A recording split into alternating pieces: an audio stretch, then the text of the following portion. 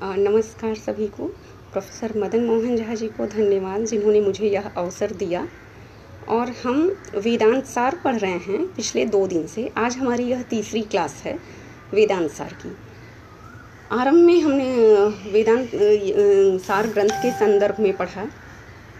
यह एक वेदांत दर्शन का प्रकरण ग्रंथ है और इसके रचयिता प्रणेता सदानंद यति जी हैं, जो इनका काल 15वीं शताब्दी का अंतिम है। प्रकरण ग्रंथ मूल शास्त्र के एक देश से संबद्ध और शास्त्र की ओर प्रवृत्त करने में सहायक होता है। तो इस तरह से अभी तक हमने अनुबंध प्रकरण पढ़ा। अनुबंध प्रकरण सबसे पहले हमने मंगलाचरण पढ़ा। दूसरी कारिका में हमने सदानंद यति जी के गुरु अद्वैयानंद के संदर्भ में पढ़ा। फिर अनुबंध चतुष्टय के अंतर्गत वेदांत क्या है ये देखा। उपनिषद, शारीरक सूत्र आदि से तात्पर्य गीता से था यह। फिर अनुबंध चतुष्टय के अंतर्गत अधिकारी का स्वरूप समझे। अधिकारी का स्वरूप काफ़ी विस्तृत है। फिर विषय, प्रयोजन और अंत में संबंध, बोध्यबोधक भाव संबंध। और इसके पश्चात हम जो है उसके पश्चात अधिकारी क्या करेगा, गुरु के पास समर्पण के लिए जाएगा और गुरु करुणार्ध होकर उसे उपदेश देंगे। अब उपदेश के 2 प्रकार हैं, अध्यारोप और अपवाद। तो उसी उपदेश के प्रकार अध्यारोप को हमने समझा था असर्प भूतायाम रज्जौ, जिसमें तात्विकता रूप से सर्प नहीं है लेकिन हम अज्ञानतावश सर्प समझ लेते हैं, वह अध्यारोप आरोपित है जो। इस तरह से हमने अध्यारोप को समझा। अध्यारोप क्यों होता है? अज्ञान से, अविद्या से। तो इसी तरह हमने अज्ञान को समझा, जो कि सदसद्भ्याम अनिर्वचनीयम ज्ञान विरोधी भाव रूपम यत्किंचित इति वदत्याहमज्ञ है, इस टाइप का। इसी अज्ञानता के विस्तार में हम समष्टि और व्यष्टि को समझे, जिसमें व्यष्टि मतलब एक वृक्ष और समष्टि मतलब वन, ऐक्य और बहुत्व का विवेचन। व्यष्टि मतलब किसी गिलास या पानी का गिलास या कटोरी में थोड़ा सा पानी, और समष्टि मतलब जलाशय, नदी और समंदर का जल। इस तरह से आप देखेंगे कि जब हम वृक्ष और वन की बात करते हैं तो यहाँ संख्या का विस्तार दिखता है। वृक्ष एक और व्यष्टि है और समष्टि में बहुत सारे वृक्ष हैं। लेकिन जल और जलाशय में देखते हैं तो वहाँ क्वांटिटी, मात्रा का विस्तार है। जल, थोड़ा जल कटोरी का, गिलास का, बोतल का, और जलाशय अत्यधिक जल। तो अब हम जब ईश्वर, इसी प्रसंग को, समष्टि और व्यष्टि को ईश्वर और प्राज्ञ के संदर्भ में समझेंगे, तब देखेंगे कि ईश्वर समष्टि है और प्राज्ञ, जो बहुत सारे जीव हैं, वो व्यष्टि हैं। पहले हमने देखा बहुत सारा पानी समष्टि है, जलाशय का, बहुत सारे वृक्ष जंगल के समष्टि हैं। लेकिन यहाँ ये सूक्ष्म अंतर को हमें अवश्य समझना होगा। यहाँ बहुत सारे जीव व्यष्टि हैं और जो ईश्वर है वो समष्टि है।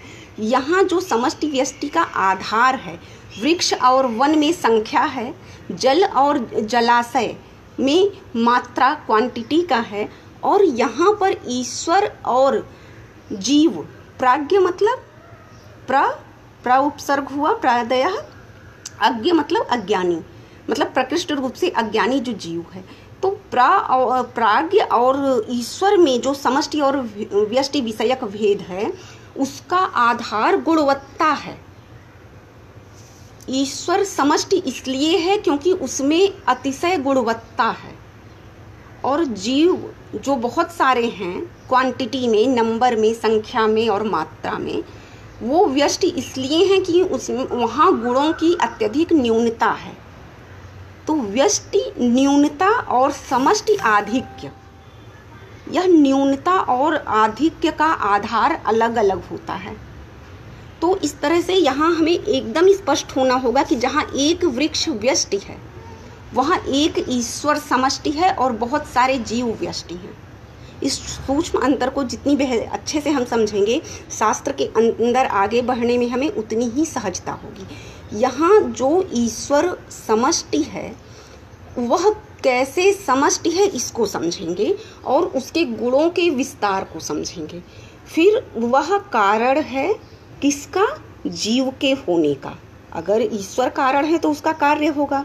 कार्य में फिर हम विस्तृत रूप से सूक्ष्म शरीरोत्पत्ति, स्थूल शरीरोत्पत्ति, सूक्ष्म प्रपंच, स्थूल प्रपंच, महाप्रपंच, फिर आत्मविचार टाइप का है जो शरीर आत्मा है, पुत्र आत्मा है, अन्न जल आत्मा है, इस तरह का तमाम शंका समाधान का निराकरण होता जाएगा आगे बढ़ने में। ये सारे अध्यारोप के अंतर्गत ही हैं। आप ये समझें कि वेदांत सार वेदांत का प्रकरण ग्रंथ है। इस प्रकरण ग्रंथ में टोटल 7 प्रकरण हैं। प्रकरण ग्रंथ के अंतर्गत 7 प्रकरण हैं। यहाँ मेरे पास ब्लैक बोर्ड होता तो शायद मैं और अच्छा स्पष्ट कर पाती।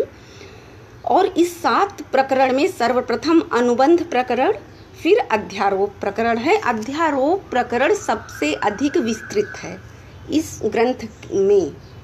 अध्यारोप प्रकरण अत्यधिक विस्तृत क्यों है? क्योंकि इसी के अंतर्गत अध्यारोप प्रकरण के ही अंतर्गत अविद्या का निरूपण है, अज्ञान का, समष्टि व्यष्टि का, ईश्वर समष्टि व्यष्टि के ही अंतर्गत। अब वो स्ट्रक्चरल एनालिसिस है, संरचनात्मक विश्लेषण की ओर हम अंदर जाते जाएंगे। इसके ये तो समष्टि व्यष्टि में जब हम आगे जल जलाशय वन और वृक्ष समझते हुए ईश्वर और प्राज्ञ को समझेंगे, उसके भेद को समझकर और फिर उसके अभेद को समझेंगे और वहाँ से फिर तुरीय चैतन्य को समझेंगे। और यह सब क्यों है, इस क्यों का जवाब हमें मिलेगा अज्ञान की शक्ति, आवरण और विक्षेप से। और यहाँ जो आवरण है वह और जो विक्षेप है वह अपवाद के प्रसंग में उसी विक्षेप को विवर्त के अंतर्गत कैसे भेद करेंगे यह समझना होगा। होता यह है, ये सारी चीज़ें बहुत सारी अंतर संबंधित होती हैं। तो ऐसे में हमें बहुत सूक्ष्म ढंग से अवबोधन आवश्यक होता है। तो अवबोधन की सूक्ष्मता हेतु हमें तुलनात्मक रूप से आगे बढ़ते रहना चाहिए। मतलब हम यह जो पढ़ रहे हैं अभी, ईश्वर जो कि कारण शरीर है, इसको समझते हुए और बाकी से तुलना करते हुए जब समझेंगे तो इसमें क्या विशेष है यह हमें और स्पष्ट रूप से समझ में आएगा। तो इस तरह से ये बात हुई। तुरीय चैतन्य, अज्ञान की शक्ति पढ़ेंगे। उसके बाद सारा इसका जो है सृष्टि क्रम, सूक्ष्म शरीर, स्थूल प्रपंच, स्थूल भूत, पंचीकरण कैसे होता है, ये क्रम से, ये क्यों होता है, कैसे होता है, सारी यात्रा यहाँ क्यों और कैसे की है आगे की। और यह सारी अज्ञान की ही यात्रा है, अध्यारोप की ही है। इवन ईश्वर भी इसी अध्यारोप के अंतर्गत है। और मेरे गुरुजी ने एक दिन हमसे कहा कि आप विषय से अतिरिक्त मत जाया करें और विषय को ही लें, ज़्यादा बताने की ज़रूरत नहीं है। लेकिन फिर भी कुछ कुछ चीज़ें हमें ज़्यादा इसलिए जाननी होती हैं कि जो योग दर्शन का ईश्वर है पुरुष विशेष, और जो यहाँ ईश्वर है समष्टि चैतन्य, तो वह कैसे एक दूसरे से किस स्तर पर समान हैं और कहाँ उनमें भेद होता है। क्योंकि यह दर्शन के विविध प्रभेद अंतर्दृष्टि का विस्तार है, चिंतन की पृथक पृथक धाराएं हैं और ये हमारे अंतर्दृष्टि को विस्तारित करती हैं। तो इस तरह से हम जब इसको विश्व और वैश्वानर का अनुभव करते हुए और दोनों के अभेद को समझते हुए महाप्रपंच के बाद ये पुत्र आदि, अन्न हुआ, शरीर आत्मा है, मेरा पैर चोट लग गया जैसे मर जाएंगे, तो इस तरह की छोटे छोटे अनुभवों से होते हुए कैसे हम आगे बढ़ेंगे। और फिर इस सब के निराकरण के बाद एक उपदेश की पद्धति यह अध्यारोप है कि जो है प्रपंच वो क्यों कैसे है ये आप जानें। और फिर यह सब कैसे अज्ञान है, मतलब अज्ञान को जानकर अज्ञान के माध्यम से ज्ञान की ओर जब हम बढ़ेंगे तो वहाँ अपवाद की प्रविधि काम करेगी। अध्यारोप की प्रविधि से हम सकल अज्ञान को जानेंगे और अपवाद की प्रविधि से हम उस अज्ञान से आगे बढ़कर ज्ञान को जान लेंगे। ये चीज़ें यहाँ पर हैं। तो ये दोनों अध्यारोप और अपवाद उपदेश के प्रकार हैं। उपदेश किसे कौन कर रहा है? गुरु कर रहा है, क्योंकि अधिकारी इस संसार के जन्म मृत्यु के अनल से आग से तप्त होकर उनके पास जाता है हाथ में समिधा लेकर। अधिकारी कैसा है? अधिकारी प्रमाता है। कैसा प्रमाता? जो कि साधन चतुष्टय संपन्न है। उसके लिए उसने क्या किया? उसका अंतःकरण नितांत निर्मल है। वो कैसे है? क्योंकि उसके नितांत निर्गत निखिल कलमस्तया, उसके सारी अशुद्धियाँ निकल चुकी हैं। कैसे निकली? नित्य नैमित्तिक प्रायश्चित कर्म से उसकी बुद्धि शुद्धि हुई, इसलिए निकली।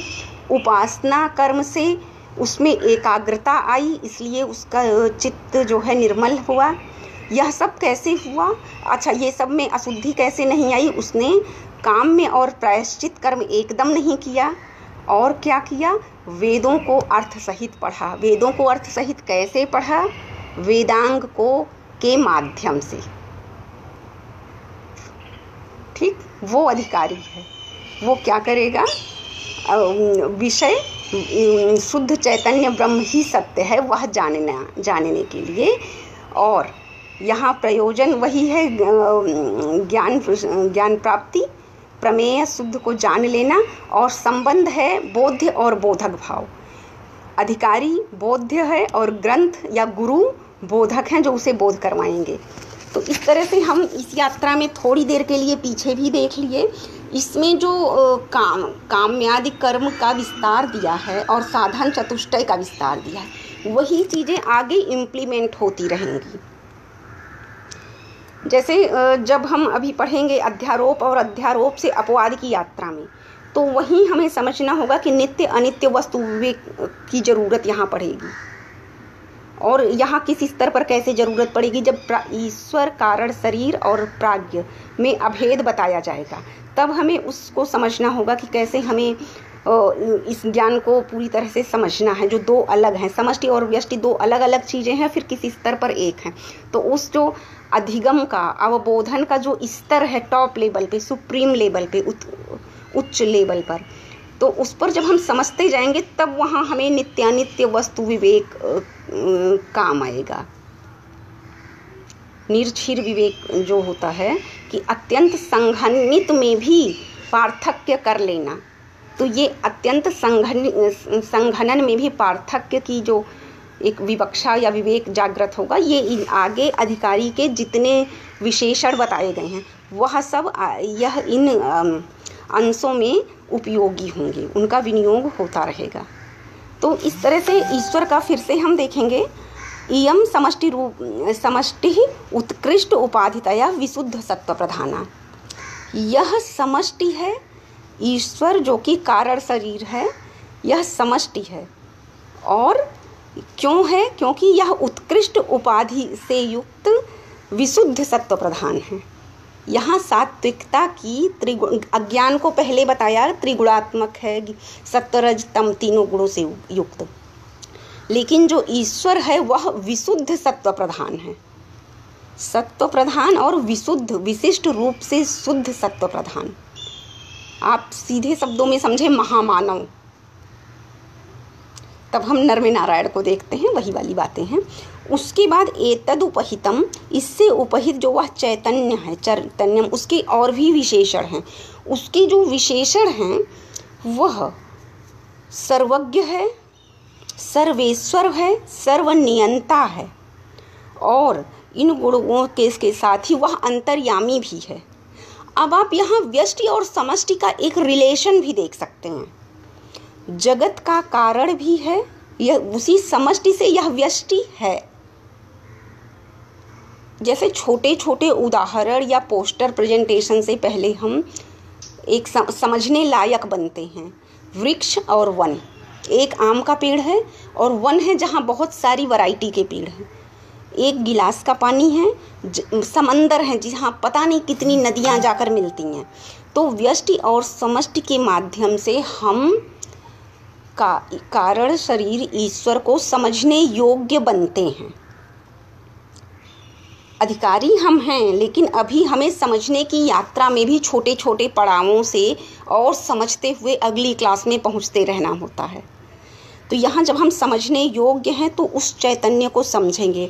एतद उपहितम चैतन्यम, जो समष्टि है ईश्वर, उससे उपहित जो चैतन्य है वह सर्वज्ञ है, सर्वेश्वर है, सर्वनियंता है।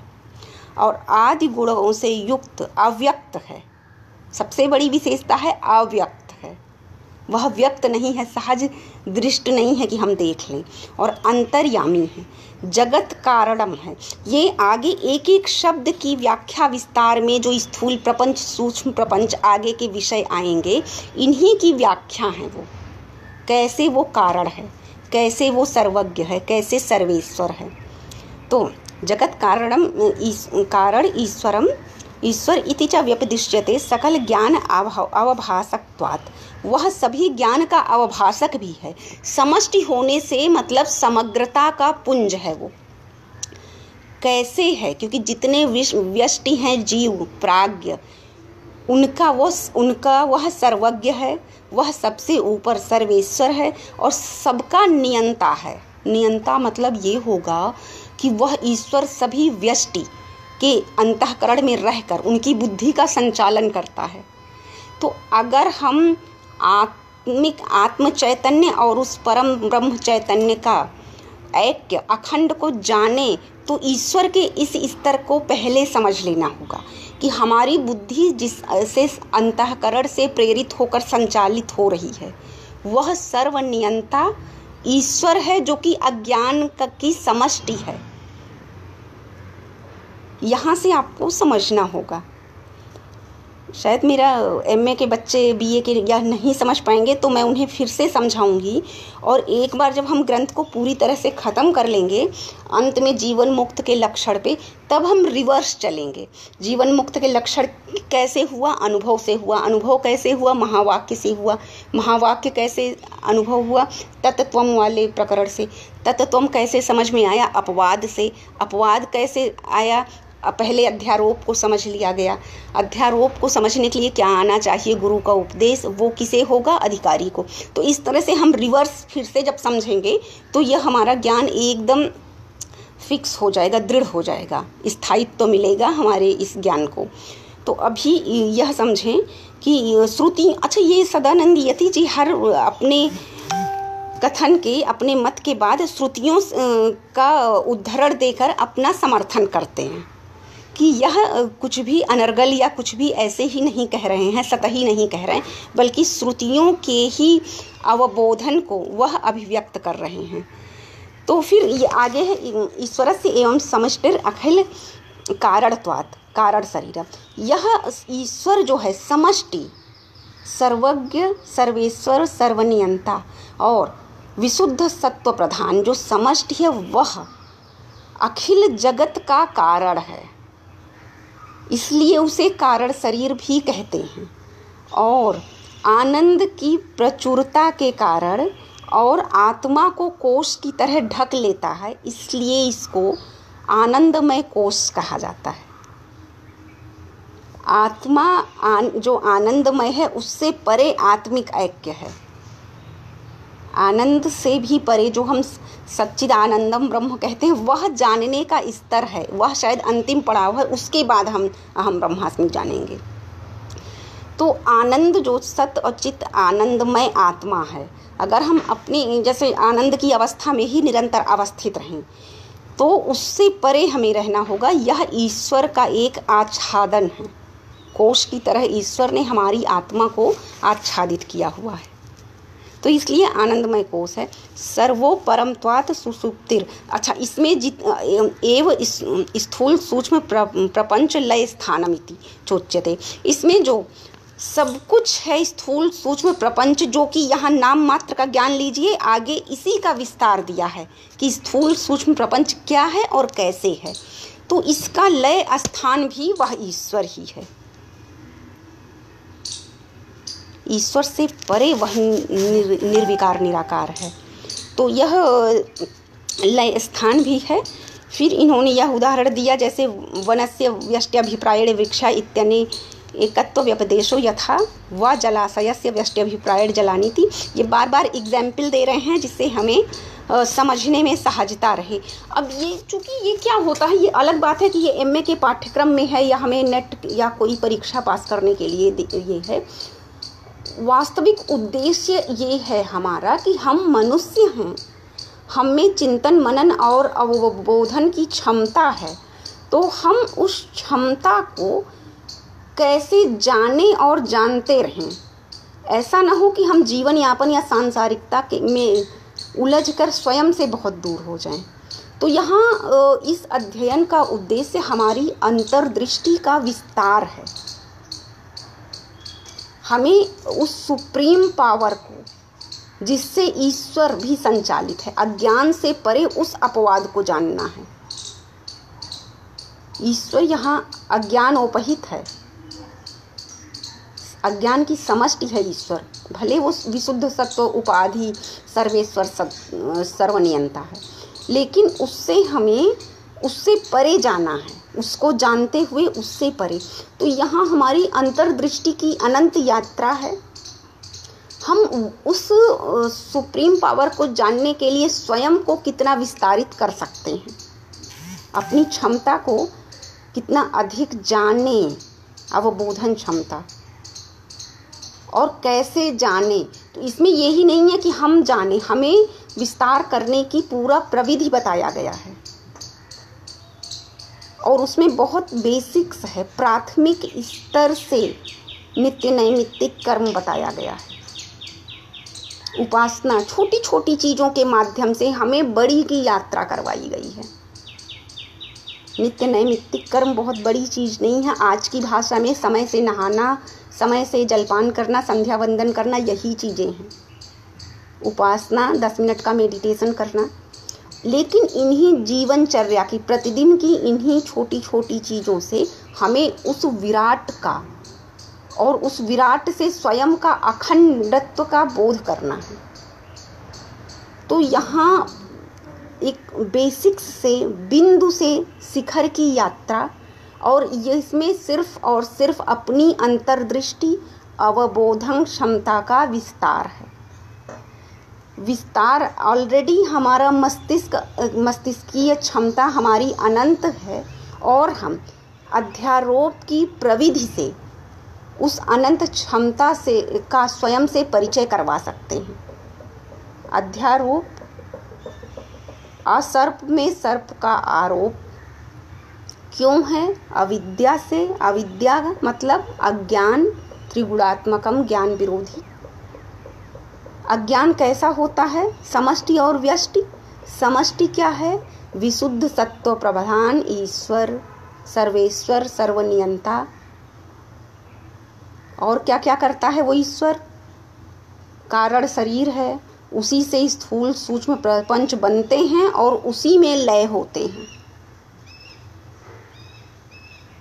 जैसे हमें नहीं समझ में आ रहा है, आप वृक्ष और वन, जलाशय और एक गिलास का जल, यहाँ से समझने का प्रयास करिए, और यहाँ से समझते समझते वो उसको समझ जाएंगे, क्योंकि वह वांग मनस अगोचर है, वाणी और मन से अगोचर है।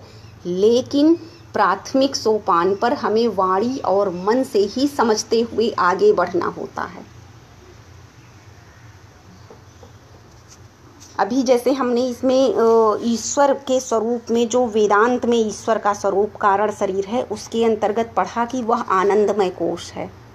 आनंद की प्रचुरता है उसमें, आनंद प्राचुर्य, और यह आनंद प्राचुर्य एक कोश की तरह आत्मा को ढक लेता है, इसलिए आनंदमय कोश। ये आनंदमय कोश को ही आगे चलकर हम पंचकोश में पढ़ेंगे, आनंदमय, मनोमय, प्राणमय, स्थूल प्रपंच निरूपण के उसमें। तो ये एक एक जो शब्द हैं, इन्हीं शब्दों का विस्तार, इनकी व्याख्या, इनका विश्लेषण आगे विन्यस्त है। ग्रंथ में जो ग्रंथकार ने मंगलाचरण दिया, और मंगलाचरण में स्वयं को अखंड कहा है, स्वयं को अहम के लिए उन्होंने पर्याय अखंड का शब्द का प्रयोग किया है। उसी अखंड को व्याख्यायित किया गया है वेदांत सार में, कि वह अखंड कैसे है, कौन जान सकता है और कैसे जान सकता है। यही हम अभी ईश्वर कारण शरीर पढ़ रहे हैं। इसमें इसके हमने कुछ क्वालिटीज़ को नोट किया जो कि चैतन्य हैं,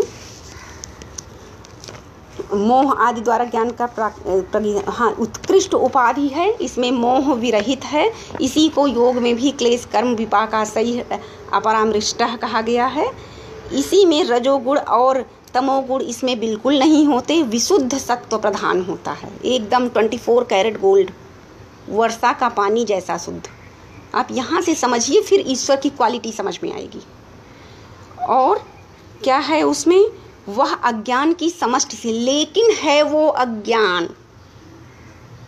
ईश्वर को जान लेना ज्ञान प्राप्त नहीं है।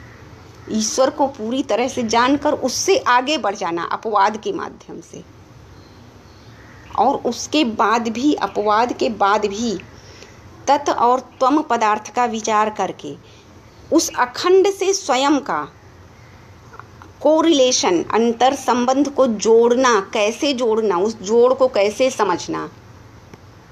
उसकी रेज, किरणें हमारी, जैसे रेडियो सेट करते हैं स्टेशन, और ये रेडियो फ़ोन नंबर जोड़ते हैं, उनका मोबाइल नंबर ये है और हमने अपनी स्क्रीन का ये नंबर डायल किया, दोनों का मैच हुआ तो कनेक्शन हुआ।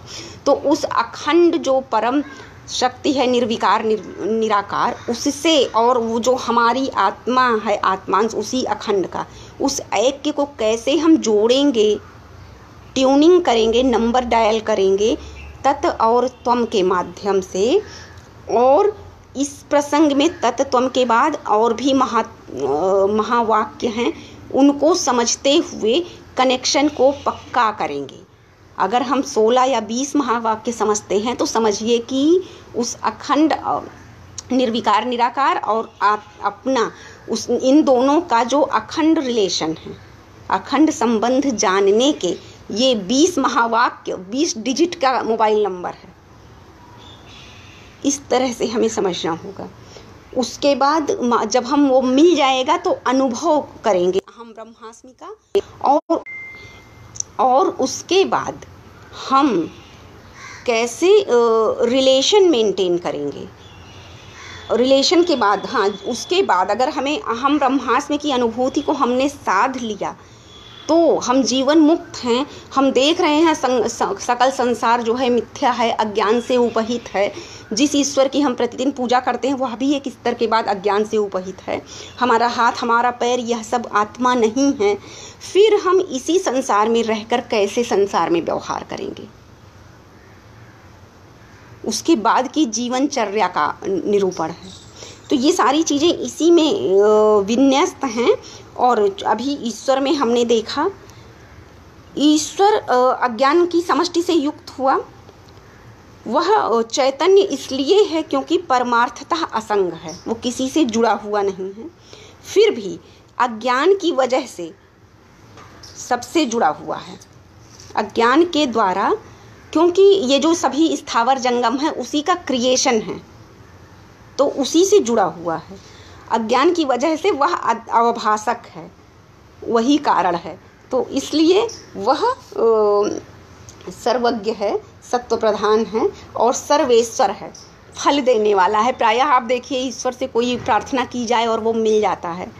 तो अभी जो पहले नैमित्तिक कर्म में बताया गया, नित्य नैमित्तिक कर्म में नैमित्तिक कर्म के लाभ कहे गए, और ये भी कहा गया कि इन चीज़ों से हम ब्रह्म ज्ञान भी प्राप्त करते हैं और सत्यलोक और पितृलोक को भी प्राप्त करते हैं। तो यह ईश्वर जो कि अज्ञानोपहित है, वह फल देने वाला है, कर्मों का फल देता है वही, इसीलिए वह सर्वेश्वर है,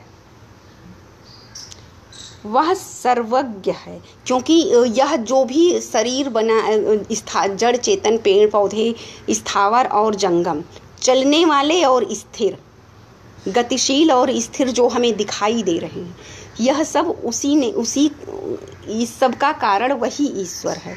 इसलिए वह सब कुछ जानता है और इसलिए वह सर्वज्ञ है, क्योंकि उसी का क्रिएशन है, स्थूल, सूक्ष्म और महाप्रपंच का निरूपण, और लय भी उसी में होगा। तो सर्वज्ञ का मतलब ये है कि उसी से सब कुछ बना है। कैसे बना है ये आगे पढ़ा जाएगा। इसलिए वो सर्वज्ञ है। वह कर्मों के अनुकूल फल, अनुरूप फल देता है, इसीलिए वो सर्वेश्वर है, सभी का ईश्वर है। वह जीवों का प्रेरक है, अंतःकरण में सबके रहता है और बुद्धि को प्रेरित करता है, इसलिए वह सर्वनियंता है। जैसे कहते हैं ना, उसकी मर्जी के बिना एक पत्ता भी नहीं हिल सकता, तो वह सर्वनियंता भी है इस अर्थ में। और उसके बाद वह सबके हृदय में अवस्थित रहता है अंतस में, इसलिए अंतर्यामी भी है। यह हम अज्ञानोपहित ईश्वर की बात कर रहे हैं, जो विशुद्ध सत्व प्रधान है, कारण शरीर है। यह अज्ञान ही है, अज्ञान का सुप्रीम लेवल।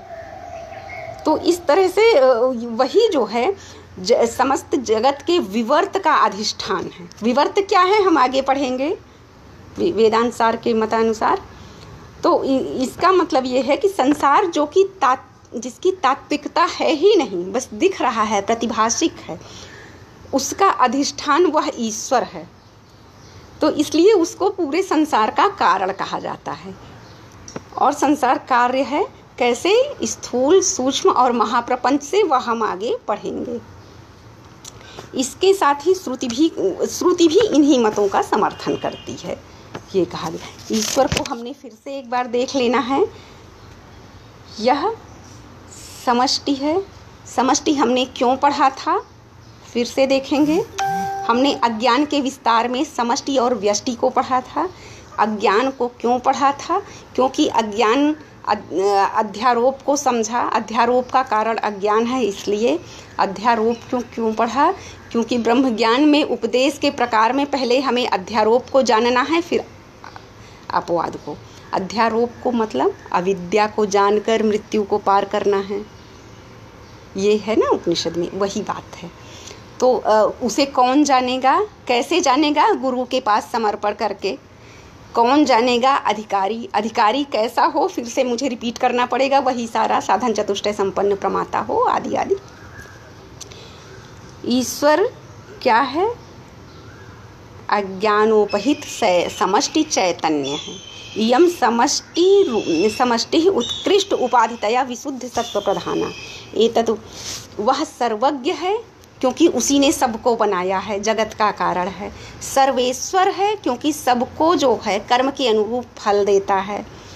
सर्वनियंता है, कैसे, सबकी बुद्धि में अवस्थित होकर उनके मस्तिष्क का संचालन करता है। और विविध गुणों से युक्त अंतर्यामी है, सबके अंदर अवस्थित है, सबको जानता है। उसके अलावा जगत का कारण है। उसके बाद सकल अज्ञान अवभासकत्वात्, सभी यह जो संसार है स्थावर जंगम, वह उसी का, अज्ञान की वजह से उसी का अवभासक है। तो इस तरह से वह कारण है। श्रुतियाँ भी इसी का समर्थन करती हैं, यह सर्वज्ञ सह सर्ववृत। इसी तरह से वह समष्टि ही, ईश्वर जो समष्टि है, विशुद्ध सत्व प्रधान, वही अखिल कारण है, होने से कारण शरीर है। वह ईश्वर जो है क्या हो गया, कारण शरीर है। अभी अज्ञान के स्वरूप में भाव रूप कहा गया ना, वही भाव रूप कारण शरीर है।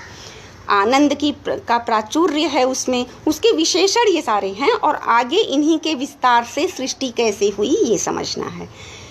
आनंद का प्राचुर्य आत्मा को कोश की तरह ढक लेता है, इसलिए आनंदमय कोश है।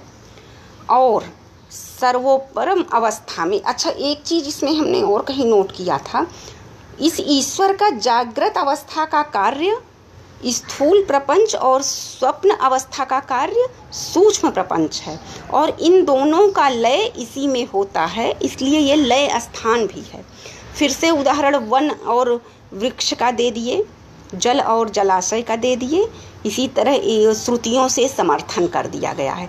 मुझे लगता है समष्टि को मैंने समझाने का प्रयास किया। अज्ञान की समष्टि ईश्वर के रूप में, जो कि कारण शरीर है, जगत का कारण है, उसमें बहुत सारी खूबी है। सर्वज्ञ, सर्वेश्वर, सर्वनियंता, विशुद्ध सत्व प्रधान, अज्ञान से उपहित होने पर भी चैतन्य, संसार का कारण, स्थावर जंगम का कारण, आनंद प्राचुर्य है उसमें, आनंदवत कोश की तरह आच्छादित कर लेता है। वह स्वप्न अवस्था, जागृत अवस्था में स्थूल प्रपंच और स्वप्न अवस्था में सूक्ष्म प्रपंच की निर्मित उसी कारण से होती है, और सबका लय उसी में होता है। मुझे लगता है मैंने समझाने का प्रयास किया। समय कितना हुआ आप अगर बताते रहेंगे तो सुविधा होगी। इसके बाद हम व्यष्टि पढ़ेंगे। प्राज्ञ, प्राज्ञ मतलब प्रकृष्ट रूप से अज्ञ, अज्ञानी, अज्ञ मतलब अज्ञानी। जीव, जीव कैसा है, ये तो ईश्वर का हो गया कारण शरीर, ये दोनों ही अज्ञान के भेद हैं। जीव व्यष्टि है, जैसे एक वृक्ष थोड़ा थोड़ा पानी, वैसे एक एक जीव हैं। निकृष्ट उपाधितया मलिन सत्व प्रधाना, मलिन सत्व प्रधान है। मिलावटी, गिन्नी सोना समझ सकते हैं, मिलावटी। एतद उपहित चैतन्यम, इससे उपहित जो चैतन्य है, जब हम महावाक्य समझेंगे सर्वम खल्व इदम ब्रह्म, तो चैतन्य सब में समझना होगा। समष्टि उपहित चैतन्य, व्यष्टि उपहित चैतन्य, कैसे अभेद है। अज्ञान के हट जाने से कैसे विशुद्ध चैतन्य बचेगा, ये बाद में काम आएगा महावाक्यार्थों में के अवबोधन में। उसी तरह से फिर इसमें एतद उपहित चैतन्यम अल्पज्ञत्व अनीश्वरत्व आदि गुणकम, जो वहाँ ईश्वर का विशेषण है वह यहाँ नहीं है, अनीश्वर है, अल्पज्ञ है, ऐसे गुणों की वजह से प्राज्ञ है। प्राज्ञ मतलब प्रकृष्ट रूप से अज्ञानी है। एक अज्ञान अवभाषकत्वात्, अहम अज्ञ, मैं अज्ञानी हूँ, ऐसे अवभाषण से इसका बोध होता है। अस्य प्राज्ञत्वम अस्पष्टोपाधितया अनति प्रकाशकत्वात् अस्य अपि अहम अहंकारादि कारणत्वात् कारण शरीरम आनंद प्रचुरत्वात् कोशवत् आच्छादकत् आनंदमय कोशः सर्वपरमत्वात् सुषुप्तिरत एव स्थूल सूक्ष्म शरीर प्रपंच लय स्थानम चुच्यते। अब यहाँ उसका कैसे वैविध्य है इस स्वरूप में पता चलेगा ईश्वर से। तो यह जो जीव है वह व्यष्टि सुषुप्ति अवस्था को प्राप्त करके अहंकार विक्षेप संस्कार रूप निकृष्ट उपाधि में है। निकृष्ट उपाधि मतलब सत्व मलिन है और रज और तम की प्रधानता है। सत्व मलिन है, सत्व में रज और तम मिक्स है और सत्व भी है। हाँ, इस निकृष्ट उपाधि में जीव जो हम लोग हैं, ये निकृष्ट उपाधि में व्यष्टि अज्ञान से उपहित चैतन्य है और एक एक अंश का अवभाषक है। पूर्ण वही है, परम अखंड चैतन्य, एक एक अंश का अवभाषक होने के कारण अल्पज्ञ अनीश्वर कोई संपूर्ण ज्ञान नहीं प्राप्त कर सकता, थोड़ा थोड़ा ही लोग ज्ञान प्राप्त करते हैं, अवभाषक होते हैं। तो प्रकृष्ट अज्ञ होने से यह प्राज्ञ हो गया। और जैसे समस्त अज्ञानों के अवभाषक को ईश्वर कहा जाता है, वैसे एक एक अज्ञान का अवभाषक मलिन सत्व प्रधान प्राज्ञ है, जीव है। एक एक अज्ञान जो था वह एक, जहाँ विशुद्ध सत्व प्रधान है वह ईश्वर हो गया, और जहाँ अज्ञान बट गया टुकड़ों में वहाँ जीव हो गया। तो इसको हम अगर कल पढ़ें तो ज़्यादा बेहतर होगा, क्योंकि मुझे लगता है कि टाइम 4 बजने वाले होंगे, मुझे थोड़ा सा बच्चों को लेकर टहलाने जाना था। अभी हम इसे फिर से अध्यारोप प्रकरण पढ़ेंगे, प्रकृति पुरुष का भेद आगे हम समझेंगे, और इसके अतिरिक्त जितने भी प्रश्न हों, यदि मैं खुद कहीं कंफ्यूज हो रही हूँ तो आप अवश्य बताएं, क्योंकि यहाँ जब मैं कुछ बता रही हूँ तो मैं भी सीख रही हूँ, मैं भी अभी अज्ञान की ही यात्रा में हूँ, और सच कहें तो मैं ही प्रकृष्ट अज्ञ हूँ, तो मैं भी सीख रही हूँ, और इसी सीखने की क्रम में हम परस्पर विचार विनिमय करते रहेंगे। तो कल हम प्राज्ञ पढ़ते हुए और प्राज्ञ के पश्चात ईश्वर प्राज्ञ का स्वात्मानंद अनुभव, ईश्वर और प्राज्ञ का स्वात्मानंद अनुभव पढ़ते हुए तुरीय चैतन्य को पढ़ेंगे, और तुरीय चैतन्य के पश्चात अज्ञान की शक्ति को पढ़ेंगे, जो कि आवरण और विक्षेप है। तुरीय चैतन्य में जो है यह थोड़ा सा जो शायद आपने प्रकृति और पुरुष के बीच भेद किया, ये वहाँ से पता चल जाएगा। और यह प्रकृति और पुरुष का भेद आप अगर सीधे शब्दों में कहें तो सांख्य का विषय है, जहाँ प्रकृति और पुरुष सीधा बताया गया है। यहाँ प्राज्ञ, यहाँ जो है ईश्वर और प्राज्ञ का विवेचन है। और फिर प्रकृति जो है वह पंचीकरण के अंतर्गत आई है, जो स्थूल सूक्ष्म प्रपंच और स्थूल प्रपंच है। तो थोड़ा सा यहाँ दर्शन की इस अंतर्दृष्टि में, इस धारा में वैविध्य है। तो हम अभी सिर्फ इसे समझेंगे। प्रकृति और पुरुष में, पुरुष चेतन है, प्रकृति जड़ है, ये सारी चीज़ें तो सांख्य का विषय है, वहाँ समझ लिया जाएगा। और आप सभी को धन्यवाद जिन्होंने हमें सुना। सबसे विनम्र निवेदन है, आप हमारी त्रुटियों से अवश्य अवगत कराएं, जिससे मैं स्वयं के ज्ञान की यात्रा में गति प्राप्त करती रहूं, आगे बढ़ती रहूं।